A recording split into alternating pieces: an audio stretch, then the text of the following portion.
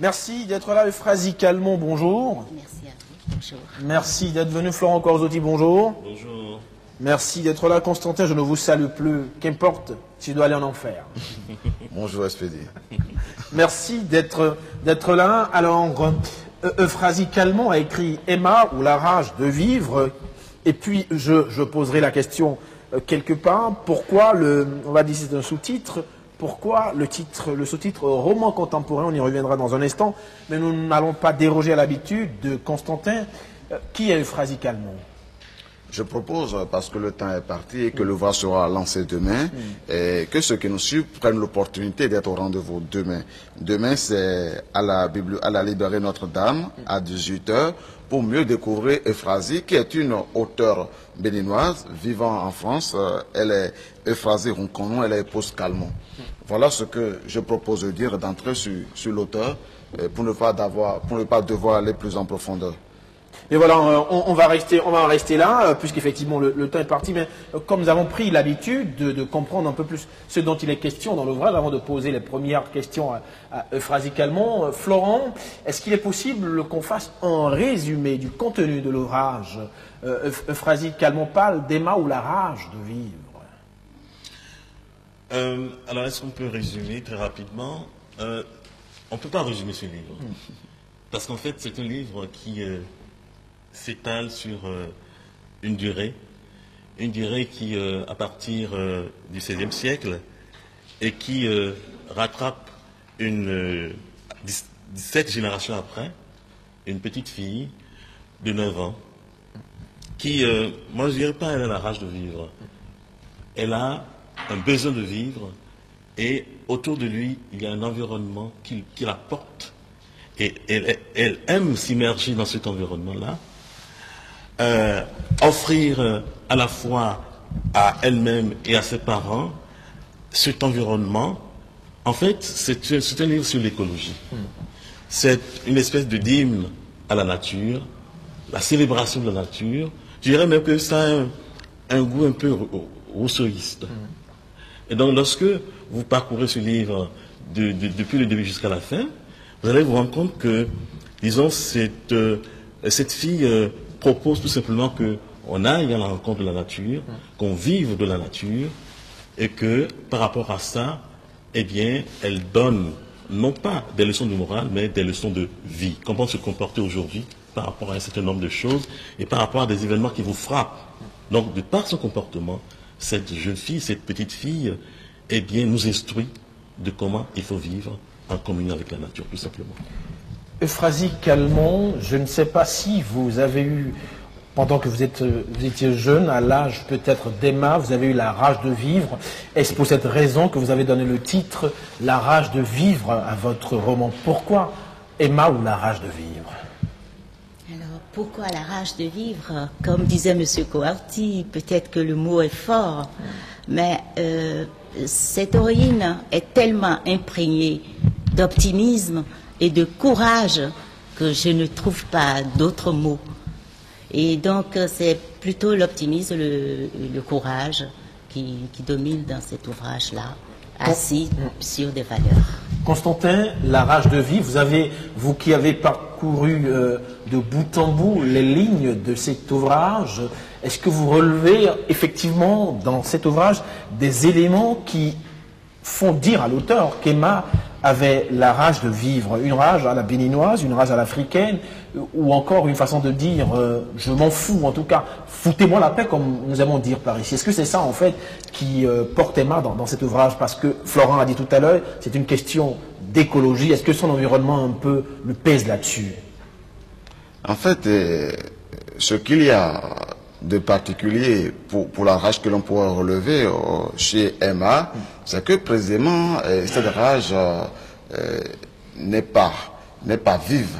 C'est une rage toute paisible pour un personnage qui vit les événements de la vie, qui vit les contre-coups au quotidien, mais qui décide quand même un peu de les ignorer, de continuer à vivre un peu comme si la vie pouvait consister et apprendre les choses avec beaucoup de philosophie.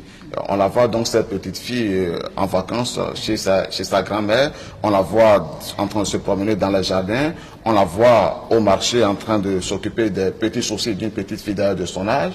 Et on a vu cette petite fille que dans ses postures, quand bien même à 9 ans, et elle n'a pas bien grandi dans l'ouvrage, donc à 9 ans, et sa mère est décédée.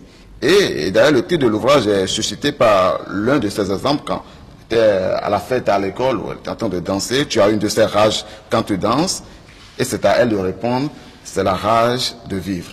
D'où ce qu'il y a d'intéressant dans ce livre finalement, c'est l'exemple qu'on peut donner. Mais à partir d'une petite fille, donc d'un petit enfant, à tous les autres, que la vie, c'est aussi dans les contre-coups que l'on peut avoir, mais ça n'est pas pour autant que l'on devrait, disons, remettre en cause la problématique même de l'utilité ou de l'opportunité de la vie.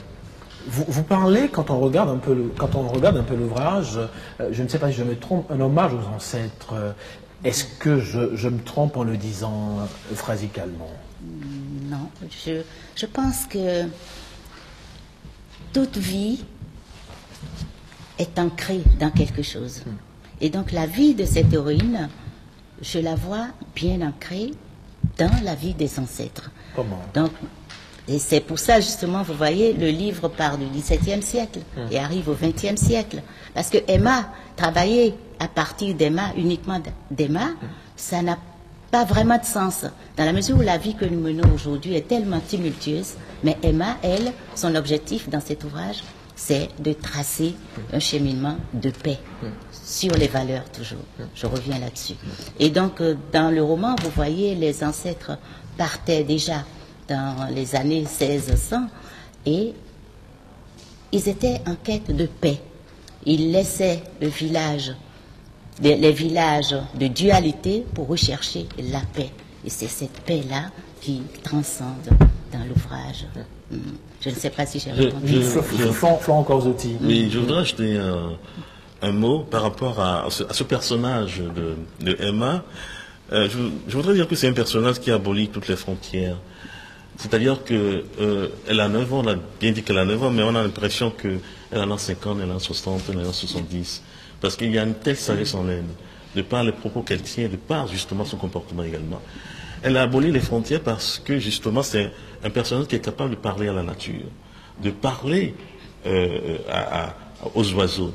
Et ça m'a beaucoup touché. C'est-à-dire qu'on est remonté un peu dans l'enfance ou bien dans la fable qui dit qu'à l'intérieur d'un espace identifié comme familier, eh bien, toutes les frontières disparaissent et on est en face de personnages animaliers avec qui on peut communiquer, avec qui on peut avoir un langage articulé.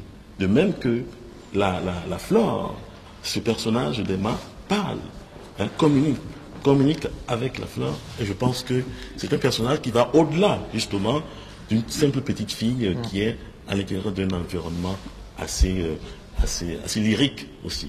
Illustration, vous parlez de lyrisme, la nuit. Voulez-vous, Constantin, phrasicalement, Florent, voulez-vous que je prenne un extrait de l'ouvrage? Vous parlez de lyrisme et cela tombe bien à propos. Merci. La nuit. Quand descend le soleil à l'horizon, jusqu'à ce que je ne le vois plus, descend la tristesse dans mon cœur. Quand descend le soleil à l'horizon, jusqu'à ce que je ne le vois plus, je tâche de penser au lendemain. Quand descend le soleil à l'horizon, jusqu'à ce que je ne le vois plus, je reste seul avec moi-même. Quand descend le soleil à l'horizon, jusqu'à ce que je ne le vois plus, je me hâte de faire camoufler à la tristesse. Quand descend le soleil à l'horizon, jusqu'à ce que je ne le vois plus, je tâche de vivre encore pleinement. En fait, la dernière partie m'intéresse, elle tâche de vivre encore pleinement. Constantin, est-ce qu'elle fait, Emma, un effort d'oubli de soi dans un monde tumultueux? Au fond, est-ce que c'est ce que nous demande phrasicalement de faire, pour avoir entendu Euphrasie elle-même, pour avoir entendu Florent, que malgré les tumultes, de faire l'effort d'être seul dans un monde qui nous oblige à tout le temps s'agiter ou avoir des craintes, dans un monde aujourd'hui globalisé, comme on le voit, où tout est à la peur, ou au fond, même, disons, à ce pessimisme ambiant. Emma n'a pas l'allure dans le livre d'une super-héroïne. C'est une petite fille ordinaire de 9 ans qui ne s'entend pas autrement que comme une fille de son âge, insouciante peut-être comme on peut l'être à son âge, mais portée vers la nature, et cela est suffisamment illustré par ses présences nombreuses et par même la présence de la flore, des jardins, des plantes, des fleurs dans cet ouvrage, et c'est d'ailleurs ce que soulignait Florent.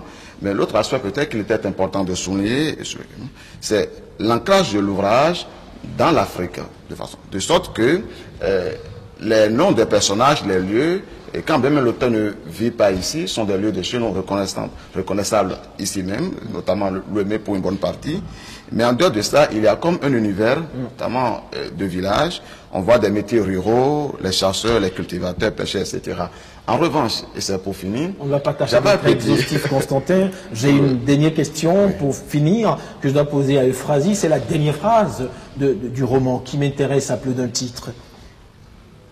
La jeune fille se dit alors: notre bonheur, l'idée que nous en avons, ne tient donc que dans notre tête. Euphrasie Calment. Oui. Cette phrase, pourquoi vous l'avez mise à la fin de l'ouvrage? Quel sens elle a pour vous? J'avoue que je n'ai pas fait exprès de mettre cette phrase à la fin, mais vous savez, c'est comme un flot qui jaillit. Donc, cette phrase, en fait, c'est surtout pour dire que ce que nous voulons faire de notre vie, c'est nous qui décidons.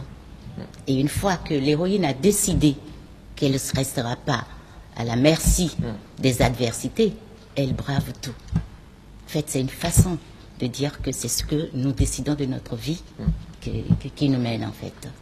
Et puis une particularité, je ne sais pas si on pourra avoir le temps d'en parler, c'est qu'à chaque chapitre, il y a une forte phrase d'un autre auteur, Florent, vous l'avez constaté comme moi, qui annonce les bonnes couleurs de l'ouvrage. C'est un autre style d'écrire les romans, vous qui en êtes spécialiste. Non, c'est une configuration particulière qu'elle a voulu conférer à ce roman. Au-delà de ça, vous allez remarquer que à chacun de ces chapitres-là, il y a un glossaire qui indique justement le nombre de personnages. Très bien. Je pense que c'est une particularité qu'il faudrait relever aussi. Merci Florent, merci d'être venu Euphrasie, merci à vous aussi Constantin. On a terminé l'heure, on rappelle le jour, c'est bien demain. Demain à 18h. À 18h à Notre-Dame. Madame, Monsieur, vous l'avez constaté, c'est vraiment... Bien, on va diminuer un peu le volume, juste pour vraiment finir. Bonjour citoyens d'aujourd'hui, vous le constatez. Avec le corps qui chante en fond sonore est à présent fini. Et tout le monde va devoir descendre les lunettes aussi. Vous nous avez suivis. Merci. Sinon, l'autre rendez-vous, c'est pas demain, mais lundi qui vient. Et pour nous, le bonheur sera toujours renouvelé de vous retrouver. Très bonne journée et à lundi qui vient.